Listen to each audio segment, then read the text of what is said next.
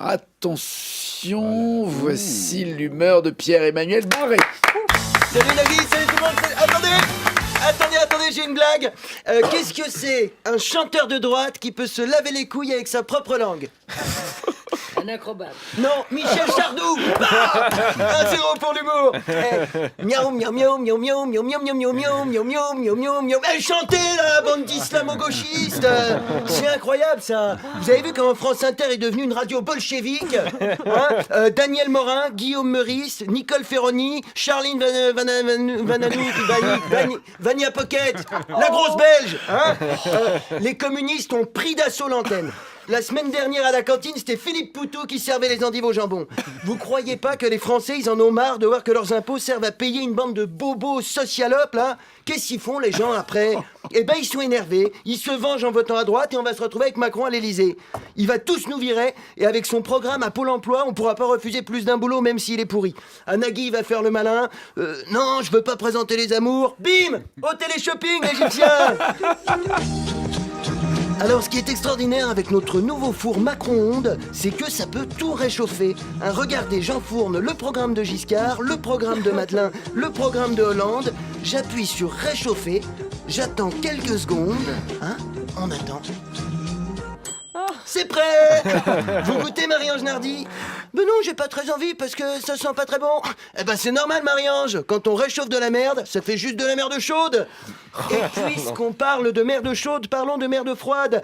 Vous le savez, Henri Emmanuelli nous a quittés. Alors depuis hier, tout le monde chiale. Gna gna gna, quel grand homme. Gna gna gna, quel merveilleux serviteur de l'État. Alors bon, je vous l'accorde, hein, quelqu'un qui meurt, c'est jamais marrant. Sauf bien sûr...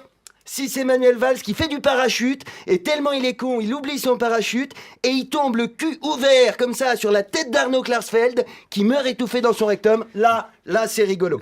Hein, mais autant on peut avoir une pensée pour les proches d'Emmanuelli et son coiffeur de sourcils qui va perdre 10 000 € par mois, autant lui sucer la bite comme si c'était Gandhi, faut pas abuser non plus. Hein. Le mec, depuis 78, il a été député, président de conseil général, secrétaire d'État, il a cumulé 58 ans de mandat, on aurait pu trouver du travail à 6 millions de chômeurs en redistribuant ses fonctions, et les 2 seules années où il a arrêté, c'était pas pour laisser la place aux jeunes, c'est parce que la justice l'a privé de ses droits civiques pour complicité de trafic d'influence. Et Hollande qui dit c'est un homme droit qui nous quitte, putain, j'aimerais pas voir leurs aimes tordus, hein. Non, les politiques qui rendent hommage à Emmanuelli, on dirait Deneuve qui défend Polanski, là. Oui, c'est vrai, il a enculé les Français, mais on le sait qu'il aimait enculer les gens, hein. Déjà plus jeune, il bossait chez Rothschild. C'est pas à Cannes qu'il faut l'envoyer, Deneuve, c'est à l'hospice. Il paraît que Bruno Leroux, il a un poster dédicacé d'Emmanuelli au-dessus de son lit, et il se murmure que François Fillon a préparé un petit texte pour l'oraison funèbre. Henri, avant je croyais que la fonction publique c'était servir les Français. Grâce à toi, j'ai compris que c'est aussi se servir des Français.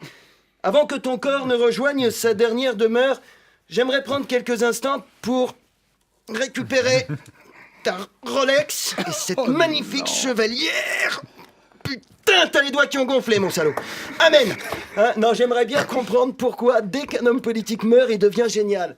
Et Michel Rocard, il a utilisé 28 fois le 49.3. Quand il disparaît, ça devient un symbole de la démocratie. Mitterrand, c'est la France-Afrique, les financements occultes, le Rainbow Warrior, la montée du FN. Hop, un cancer, ça devient une légende.